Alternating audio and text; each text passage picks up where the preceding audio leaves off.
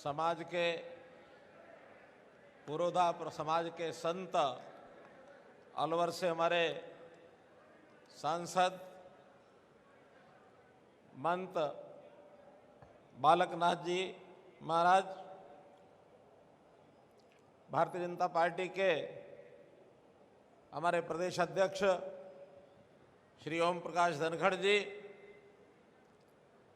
हमारे बीच में उपस्थित महंत शिवनाथ जी योगी, उपस्थित सभी संत समाज,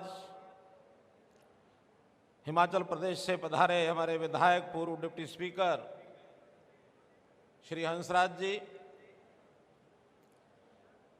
करनाल की हमारी मेयर बहन रेणुबाला गुप्ता जी, समाज के ही सभी अग्रणी नेता जिनमें मुख्य रूप से कैप्टन सुभाष योगी जी, योगी तेजपाल जी, योगी अनूपनाथ जी, योगी सतपाल जी, योगी जय भगवान जी, पार्टी के हमारे महामंत्री श्री मोहनलाल बड़ोले जी, महामंत्री श्री वेदपाल जी, हमारी चंडीगढ़ इकाई के प्रदेश के भारतीय जनता पार्टी महामंत्री श्री रामवीर भट्टी जी, हमारे विधायक श्री हरेंद्र कल्याण जी, पूर्व मंत्री श्री करुणदेव कंबोज जी, पार्टी के जिलाध्यक्ष श्री योगेंद्र राणा जी, उपस्थित सभी मंच पर बैठे या सामने बैठे हुए वरिष्ठजन, समाज के सभी अग्रणी बंधु, बुजुर्गों, नौजवान साथियों, माताओं बहनों, पत्रकार छायाकार मित्रों, ठीक कहा स्वामी जी ने, सर्वे भवन्तु सुखिना सर्वे सन्तु निरामया। अब ये बोध वाक्य आज का नहीं है, हमारे संतों की इतनी प्राचीन परंपरा, बहुत आदिकाल से हमेशा समाज के सुख की कामना ये की गई है। और जब ये सुख की कामना की गई है तो ऐसा नहीं कि जब उन्होंने कहा उस समय ये प्रासंगिक थी, ये आज भी उतनी प्रासंगिक है कि सबके सुख की कामना सब करते हैं, तभी वो भगवत प्राणी हैं। प्रभु के प्राणी तभी हैं जब प्रभु की संतान सब मानवों के लिए मन में एक अच्छा सद्विचार हो। अब इतने संत महापुरुष हुए हैं, एक काल में तो सबका एक स्थान उस समय बना हुआ था, लेकिन धीरे धीरे उनकी वाणी का, उनकी शिक्षाओं का जितना एक महत्व, जितना प्रचार होना चाहिए था, वो बैकग्राउंड में चला गया। ठीक है, हमारे मंदिर हैं, हमारे मठ हैं, हमारे तीर्थ स्थान हैं, वहाँ कभी कभी कुंभ के मेले हुए हम शिक्षा जाकर लेते हैं, लेकिन वर्तमान में सरकारों के नाते से सरकारें अलग ही सिस्टम पर चल पड़ी और समाज के अंदर बहुत सी कुरीतियां पैदा हो गई। इन कुरीतियों को समाप्त करने के लिए जो योगदान संतों का, महापुरुषों का था, अतुलनीय था। वो समाज के अंदर कुरीतियां कैसे दूर करनी है, तो हमने सरकार में आने के बाद एक घोषणा की, संतों की जीवनियां, संत महापुरुषों के विचार का प्रसार, उनका मान सम्मान, इसकी योजना बनाई जाए। और पिछले इन 4 सालों में 2 साल बीच में कोविड के चले गए, लेकिन उससे पहले शुरू कर दिया था हमने। अभी उसके बाद भी कितने ही संतों महापुरुषों की जयंतियाँ ये हमने सरकारी तौर पर मनाई हैं। आज भी गुरु गोरखनाथ जी की कोई जयंती का दिन तो नहीं है, लेकिन उनकी स्मृति का उत्सव ये हम मना रहे हैं। इसमें भी एक बात मैं स्पष्ट करना चाहता हूं, जो इतिहास की बात है, कि अभी तक महंत संत गोरखनाथ जी के जीवनी के बारे में बहुत कुछ अभी अनभिज्ञता है, बहुत चीज़ें अभी जानकारी में आई नहीं है। उनका इतिहास भी, उनके जन्म का इतिहास भी ऐसा ही है। लेकिन अब समाज को बैठ करके तय करना चाहिए कि वर्ष में कोई एक दिन उनका स्मृति दिवस, उनका प्रकाशोत्सव, उनकी जयंती का दिन ऐसा कोई मनाना चाहिए। तो पिछले दिनों में योगी जी से मेरी बात हुई, योगी आदित्यनाथ जी, मुख्यमंत्री उत्तर प्रदेश। मैंने कहा मेरे सामने ये विषय आया, हमें बताइए कौन सा दिन मनाना है। उन्होंने कहा कि हम मई के शायद 19-20 तारीख को समाज के लोगों की एक मीटिंग कर रहे हैं। उस दिन संभवतः सब विद्वान जो हैं उनकी जानकारी के आधार पर उसको तय करने में सक्षम होंगे। शायद 19-20 मई है, ऐसा मुझे लगता है।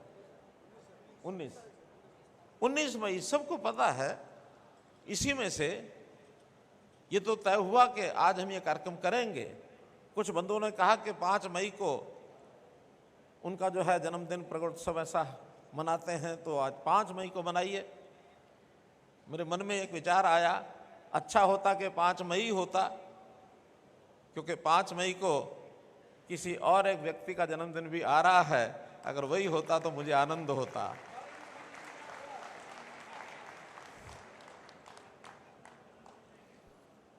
लेकिन अभी चूंकि विवाद हो गया तो मैं कह नहीं सकता कि वो 5 मई होगा या कौन सा होगा। लेकिन उस उपलक्ष्य में 4 मई को आज हम उनका एक स्मृति उत्सव ये मना रहे हैं। इस अवसर पर मैं आप सभी को, समाज के नेताओं को, संतों को, सबको अपनी ओर से बहुत बहुत बधाई, बहुत बहुत शुभकामना देता हूं। विषय बहुत रखा जा सकता, लेकिन आज मैं थोड़ा दूसरे एक विषय पर एक नए एंगल से आपके सामने विषय रखूंगा। पिछले दिनों में दर्जनों ऐसे कार्यक्रम हुए, अलग अलग समाज के हुए। जैसे आप भी कहते हैं कि फतेहाबाद में कार्यक्रम हुआ था, उसमें आप लोग आए थे। अनुसूचित जाति के बहुत से समाजों का, पिछड़ा वर्ग के बहुत समाजों का ये हमने कार्यक्रम किए हैं। अब कार्यक्रम के समय एक लंबी हमको सूची मिलती है कि ये हमारी मांग है, इसको पूरा करिए। जब हम महापुरुषों के जीवनी पर विचार करते हैं, उनकी शिक्षा पर विचार करते हैं, तो विषय क्या आता है? सामाजिक बुराइयां, उसके खिलाफ सब महापुरुष खड़े हुए कि किस प्रकार से हमको गोरक्षा की बात करनी है, गोहत्या का विरोध करना है, किस प्रकार से नशे को दूर भगाना है, किस प्रकार से महिलाओं में शिक्षा, इसका प्रचार प्रसार करना है, कैसे हमको पानी का जो संकट है उस पानी को कैसे बचाना है, इस ओर काम करते हैं। कब हम पर्यावरण के नाते से विचार करना, ऐसे संतों महापुरुषों के बहुत से ऐसे विचार हमारे आ रहे हैं सामने। योग का प्रचार प्रसार कैसे करना है, आज अगर महंत गोरक्षनाथ जी या इस योगी समाज की मैं चर्चा करूं तो योग के अंदर अभूतपूर्व एक योगदान रहा है, जिस योग को आज भी दुनिया मान चुकी है। अंतर्राष्ट्रीय स्तर के ऊपर 21 जून को योग दिवस मनाने के बाद जो प्रधानमंत्री जी ने कराई है, इसकी अगर बैकग्राउंड में कोई समाज, कोई महापुरुष रहे हैं तो योगी जितने भी थे वो सब योग को आगे बढ़ाते थे। तो इस प्रकार से ऐसी सामाजिक बुराइयों का, तो आज भी समाज में बुराइयां, उनको दूर करने का काम हम सबको मिलकर करना होगा। गरीबी के साथ लड़ाई लड़ना, लोगों को उनके पैरों पर खड़ा करना, वास्तव में ये रचनात्मक काम है जिसके ऊपर हमको विचार करना है। अब ये सब मांगे आपकी तरफ से आई, बाकी सबकी तरफ से आई। हमने भरपूर प्रयत्न किया कि इन चीजों पर कैसे आगे बढ़ें। महिला शिक्षा को आगे बढ़ाने के लिए और उससे पहले बेटी बचाओ बेटी पढ़ाओ के अभियान को आगे बढ़ाने के लिए हरियाणा में अभूतपूर्व काम हुआ। जो बेटियां गर्भ में मार दी जाती थी, जो जेंडर रेशो 2014 में जब शुरू किया, उस समय 851 की जेंडर रेशो थी।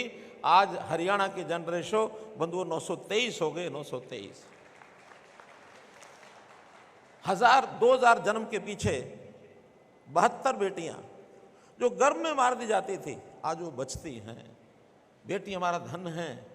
बेटी समाज के अंदर, समाज को आगे बढ़ाने के लिए ये एक प्रकार का, यानी हमारी परंपराएं हैं, ये कैसे बचाना है। बेटी की शिक्षा, 72 कॉलेज हमने खोले, जिसके अंदर 42 कॉलेज केवल महिलाओं के और बाकी 30 कॉलेज जो हैं उसको हमने एजुकेशन यानी को एजुकेट, जो लड़के लड़कियों दोनों का ऐसे कॉलेज हमने खोले। शिक्षा को आगे बढ़ाने का काम हम कर रहे हैं। मित्रों, गरीब की सहायता कैसे की जाए, पहचान कर रहे हैं हम कि कौन गरीब रह गया। उसकी सहायता में उनका पहले डाटा इकट्ठा किया, परिवार पहचान पत्र में उनकी आय कितनी है। बीपीएल इस नाते से पहले 1,20,000 की आय को बीपीएल माना जाता था। हमने कहा कि नहीं, इसको बढ़ाना चाहिए। हरियाणा में 1,80,000 किया। एक 80 किया था कि गरीबों की सहायता की जा सके, उनके राशन कार्ड बनाए, आयुष्मान कार्ड बनाए। जिस परिवार में काम करने वाला व्यक्ति अगर एक भी मिल जाए, उसको काम के लिए कैंप लगा के उसमें बुलाओ। मुख्यमंत्री अंत्योदय परिवार उत्थान योजना, इसको हमने किया। व्यक्ति का स्वाभिमान कैसे खड़ा करना है, इसके लिए हमने काम किए। अब ये सामाजिक काम है, ऐसा नहीं है। ये हमारे समाज में भी जो गरीब समाज है, ज़्यादातर मैं समझता हूँ जोगी समाज की कोई आर्थिक स्थिति बहुत अच्छी नहीं है। उनको व्यवसाय की ज़रूरत है, उनको हर सुविधा की ज़रूरत है, लेकिन ये सुविधा इस प्रकार से हम आगे बढ़ा रहे हैं।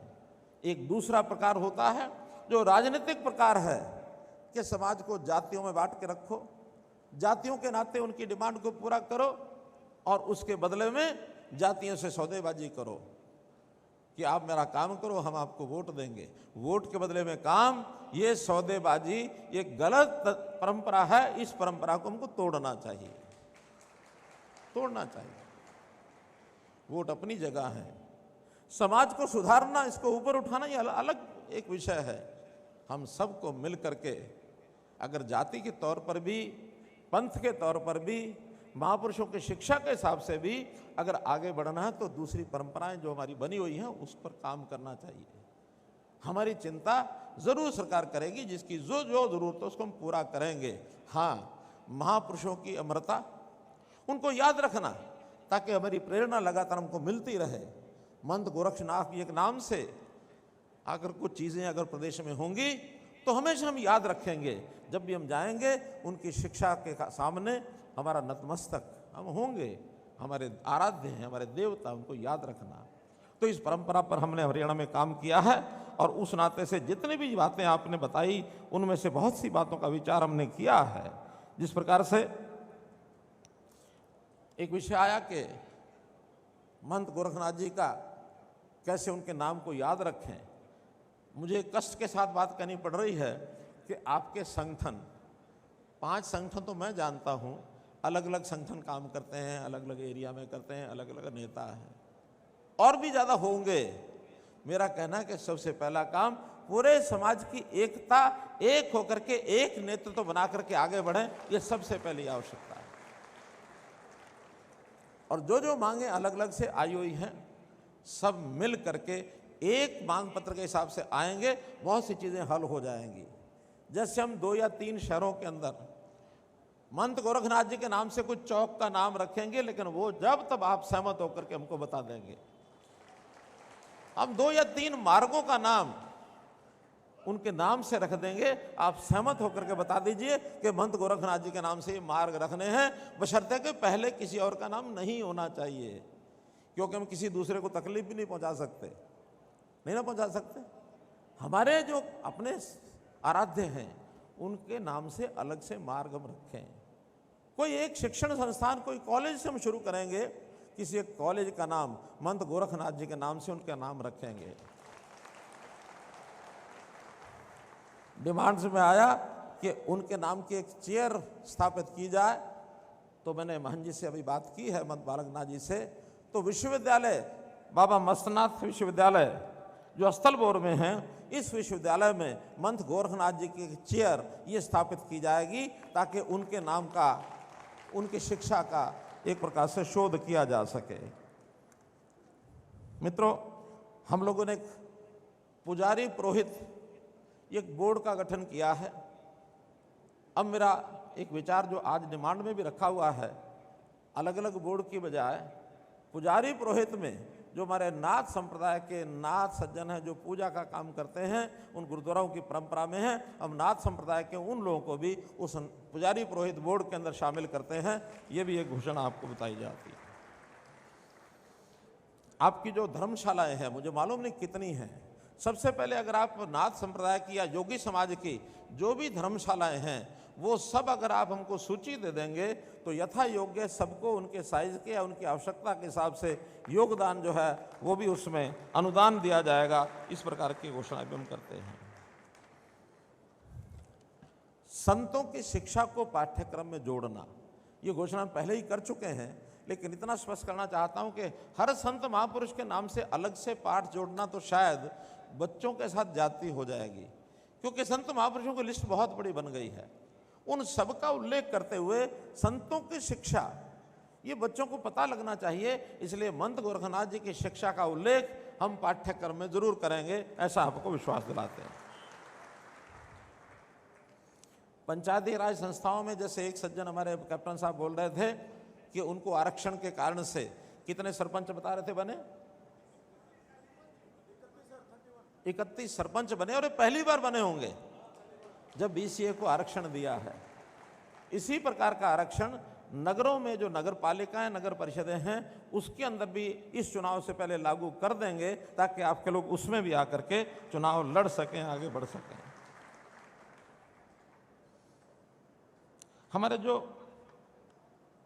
पारंपरिक संगीत वादक हैं, सारंगी वादक हैं, फिर कुछ और अन्य जो शिव विवाह आदि के ऊपर जो जिस प्रकार से वाद्य बजाते हैं, ऐसे सब वादकों के लिए एक विशेष आयु के बाद जब वो अपना वाद्य बजाने के सक्षम नहीं रहते, आखिर फूंक मारनी होती है और वाद्य फूंक से ही है, तो एक सारी आयु तक वो संभव नहीं होता है।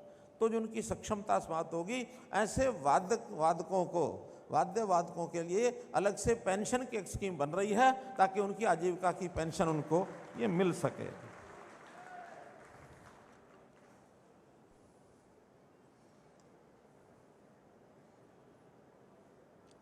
एक मेरा ऐसा भी विचार है कि देखिए, समाज में एक परंपरा भिक्षा मांगने की है, और जहाँ तक मेरी जानकारी है, योगी समाज में बहुत ऐसे लोग हैं जो भिक्षा मांग करके अपना काम करते हैं। कुछ पारंपरिक चला आ रहा है, हो सकता है उस समाज के अंदर मांगने वाले, भिक्षा मांगने वाले लगते हैं कि शायद हमारा यही व्यवसाय है। इस व्यवसाय को छोड़ना चाहिए। ऐसे सब लोगों को हम विशेष शिक्षा, विशेष उनका जो हुनर है उनका विकास करके, उनकी जो स्किल डेवलपमेंट है उसको करा करके उनको अलग से व्यवसाय करने के लिए हम योजना बनाएंगे, ताकि इनको कोई व्यवसाय मिल सके, अपनी आजीविका उसमें से वो कमा सकें। एक ये भी विचार आप लोगों में से ही किसी सज्जन ने जोड़ा है, इस नाते से ये सब हम करेंगे। मैं इतना ही कहूँगा कि इन महापुरुषों की जयंतियाँ हम सब मना रहे हैं, और उसमें शिक्षा के आधार पर जो चीज़ें हमारे लिए संभव होंगी, सबसे महत्वपूर्ण बात करेंगे शिक्षा। शिक्षा में हमने आरक्षण पहले से दे दिया है। अब एक आरक्षण की जात पात के नाम से जो लोग कहते हैं इस जाति को यहाँ जोड़ दो, इस जाति को यहाँ जोड़ दो, बहुत सी चीज़ें ऐसी होती हैं दूसरी जातियों से जुड़ी हुई होती हैं। हमने कोई चीज़ कहीं भी अगर करते हैं तो कहीं ना कहीं उसका असर भी जाता है। हम उसमें योग्य विचार करने के बाद जो गरीब है, जिसको आरक्षण पहले नहीं मिला है, उसके लिए विशेष योजनाएं बनाएंगे। लेकिन अगर कोई वर्ग पहले से आरक्षण में आ गया है, उसको अतिरिक्त लाभ देना कई बार कठिन होता है, कई विषय इसमें कोर्ट में भी चले जाते हैं। तो हमने घोषणा की थी कि अगर योगी समाज या घुमंतू समाज, बहुत जातियाँ उसमें, उन जातियों में से कोई जाति जिसको आरक्षण नहीं मिल रहा, ऐसे परिवार में यदि सरकारी नौकरी पहले से नहीं है तो उनको सबको 5% अंक ये अलग से मिलेंगे, और ये आपके समाज पर भी लागू होता है, तो उनको 5% अलग देंगे। लेकिन किसी को एक बार आरक्षण का लाभ मिला है तो उसको ये कठिन हो जाता है, दो लाभ नौकरियों में मिल नहीं सकते हैं। एक चीज़ और मैं आपको स्पष्ट करता हूँ, मैंने स्वामी जी को बताया है, हालांकि वो पता नहीं क्यों बैठ गया कि शायद कोई बहुत बड़ा लाभ होने वाला। एक शब्द है डीएनटी। डीएनटी की बात बहुत लोगों ने की है कि समाज को डीएनटी में जोड़ दिया। अब वो जोड़ा कि नहीं जोड़ा मुझे कुछ ध्यान नहीं आ रहा, लेकिन आप लोगों ने उसको विषय जो बनाया मैं स्पष्ट करना चाहता हूँ। डीएनटी क्या होता है? डीएनटी से अगर डी हटा दो तो बनता एनटी। एनटी कभी अंग्रेजों के टाइम पर होता था नोटिफाइड ट्राइब, जो पढ़े लिखे लोग उसको समझेंगे। नोटिफाइड ट्राइब वो होते थे, जैसे थाने में 10 नंबरियों की लिस्ट लगती है ना, कि 10 नंबर ये परमानेंट अपराध करने वाला आदमी है, इससे बच के रहो। ऐसे नोटिफाइड ट्राइब वो होते थे जिनसे समाज को बचने के लिए कहा जाता था। उनका जो व्यवसाय धंधा कोई साहिब का होता था जिससे लोग पसंद नहीं करते थे। ऐसे नोटिफाइड ट्राइब कुछ जातियाँ होती थी, उनको अलग से पहचान बन गई। नोटिफाइड है, लोग उसको घृणा की दृष्टि से देखते थे। देश आज़ाद हुआ तब ये विचार आया कि नहीं, अब हम सब समान हैं। जो नोटिफाइड ट्राइब हैं उनको डी नोटिफाई कर दो, अर्थात उनके ऊपर जो तमगा लग गया है ये गलत समाज का, उसको ठीक करना तो उसको डी नोटिफाई कर दो। तब उनको डीएनटी कहा और ये कहा कि पिछड़ा हुआ समाज है, इसको थोड़ा आगे बढ़ाना चाहिए, तब वो बना डी नोटिफाइड डीएनटी। हम कहते हैं हमको डीएनटी में जोड़ दो। डीएनटी का मतलब तो पहले नोटिफाई बनो, पहले एंटी बनो। नोटिफाई का अर्थ मैं शब्दों में बता नहीं पा रहा हूं आपको कि किस टाइप का नोटिफाइड समाज होता था। बता सकते हैं मंच पर बैठे हुए कोई? हाँ, क्या होता था? ये जी जो कह रहे हैं और डकैती डालते थे ना जब गांव में देहात में, हाँ, तो अंग्रेजों ने 1872 में कानून बनाया था कि ये जातियां यहाँ के बताओ, यहाँ के बताओ, सबको पता लगे डीएनटी क्या होता है। हाँ, एंटी अंग्रेजों ने बनाया था 1857 के बाद। हाँ, और 1872 में ये कानून आया था कि जो जातियां समाज को लूटती हैं, डाके डालती हैं और ख़ास तौर से अंग्रेज जाति को तंग करती हैं, वो थाने में हाजिरी लगाया करेंगी और जब थाना छोड़ेंगे दूसरे शहर में जाएंगी तो उस थाने में हाजिरी लगाया करेंगी। उसको एनटी बोलते थे, नोटिफाइड ट्राइब। और ये 1952 में डीएनटी बनाया था भारत सरकार में 1952 के बाद, परंतु इस पर कोई कार्य नहीं हुआ। वो तो राजनीतिक कारण हो सकते हैं, कुछ और भी कारण हो सकते हैं, परंतु मौजूदा सरकार ने फतेहाबाद में रैली की थी कुछ उसमें फायदा देने के लिए। वो तो सुनिए, वो जो नोटिफाइड पहले थे उन्हीं को डी नोटिफाई किया था। इसमें अगर नया जुड़ना चाहेगा समाज तो जुड़ नहीं सकता वो, क्योंकि नोटिफाइड मतलब जो पहले से जैसे बताया लुटेरे थे, कुछ डाका करते थे, उनको तंग करते थे, उनकी एक समाज का एक नाम था जो नोटिफाई हुए थे, उनको हटाने के लिए डीएनटी कर दिया। नया समाज डीएनटी बनाने से बल्कि कई बार गलत अर्थ निकलता है कि पहले इसको एंटी बनाओ फिर इसको डीएनटी बनाओ। तो हमारा समाज क्या एंटी बनना चाहेगा? क्या नहीं बनना चाहेगा। हाँ, पहले जो एंटी में थे वो डीएनटी हुए हैं, उनके उत्थान के लिए जो योजनाएं बनाएंगे वो सारी समाज के हित में आगे भी बनाएंगे। उनकी शिक्षा में, उनके रोजगार में, उनको मुख्य धारा में लाने में किसी को भी अब वो चीज़ नहीं रहेगी जो कभी अस्पृश्यता, पहले अनटचेबिलिटी होती थी। अब छुआछूत का जमाना नहीं है, हम सब समान हैं, बराबर हैं। तो बराबर होने के लिए डीएनटी की सारी योजनाएं बना करके उनको मुख्य धारा में लाया जाएगा। नया डीएनटी बनाने का कोई परंपरा नहीं है, मैं इतना बताना चाह रहा हूँ। इसलिए कि बार बार ये विषय आता, हमको डी नोटिफाई जोड़ दो, हम ये कर दो। मैं अंत में मैं इतना ही कहूँगा कि इस समाज का जो योगदान, प्राचीन समय का जब इतिहास है तो ये कह सकते हैं कि आज योगी समाज ही हमारी उन परंपराओं का वाहक है जो कभी हमारे सांस्कृतिक पहचान होती थी। हमारे मंदिर थे, हमारे मठ थे। अंग्रेज़ों ने और उससे पहले मुगलों ने, अंग्रेज़ों से पहले मुगलों ने जितना मंदिरों को तोड़ा, उसमें तोड़ने के लिए यानी ना तोड़ा जाए इसका मुकाबला करने के लिए जो योगी समाज ने योगदान किया अभूतपूर्व है। और इसके लिए एक प्रमाण मैं आपको बताता हूँ कि नेपाल के अंदर मंत गोरखनाथ जी का चित्र वहाँ की मुद्रा पर अंकित होता था। जब माओवादियों की सरकार आई तो उन्होंने वो चित्र वहाँ की मुद्रा से हटा दिया। जैसे हटाया तो वहाँ विद्रोह हुआ और हमारे गोरखनाथ के जो योगी समाज के लोग हैं उन्होंने विद्रोह के बाद उस माओवादियों का भी सफाया कर दिया। ये इस प्रकार का सिस्टम हमारे यहाँ पहले कभी होता था। योगी समाज का बड़ा स्थान था। अगर राम जन्मभूमि की रक्षा करने के लिए आज इसका श्रेय किसको दिया जा सकता है तो देश के प्रधानमंत्री नरेंद्र मोदी, और अगला कोई श्रेय लेने वाले कोई हैं तो योगी आदित्यनाथ जी वहाँ के मुख्यमंत्री। और राम जन्मभूमि को सुरक्षित करने के लिए उनको योगदान दिया जा सकता है। तो समाज की रक्षा सुरक्षा, धर्म की रक्षा सुरक्षा, जो कभी गुरु परंपराओं में से ये चीज़ें निकल के आई, योगी समाज तो आदि काल से चलता आ रहा है। मैं योगी समाज के प्रति अपनी पूरी श्रद्धा रखता हूँ। इतना ही मेरा निवेदन, सब इकट्ठे होकर के एक ग्रुप बना के मेरे पास आ जाओ। जो आवश्यकताएं आपकी शिक्षा की, स्वास्थ्य की, सुरक्षा की, स्वाभिमान की, जो चीज़ें आपको चाहिए सारी चीज़ें आपको प्रदान की जाएंगी। बहुत बहुत धन्यवाद, बहुत बहुत आभार।